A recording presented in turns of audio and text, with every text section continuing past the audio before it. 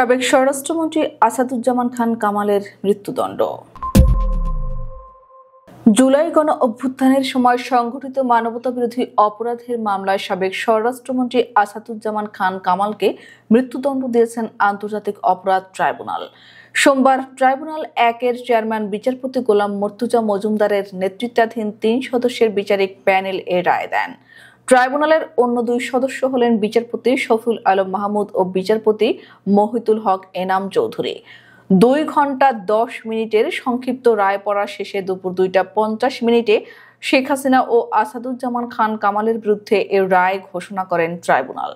এ মামলায় পলাতক রয়েছেন শেখ হাসিনা ও কামাল। তবে গ্রেপ্তার হয়ে প্রায় বছর খানেক ধরে কারাগারে রয়েছেন সাবেক আইজিপি মামুন।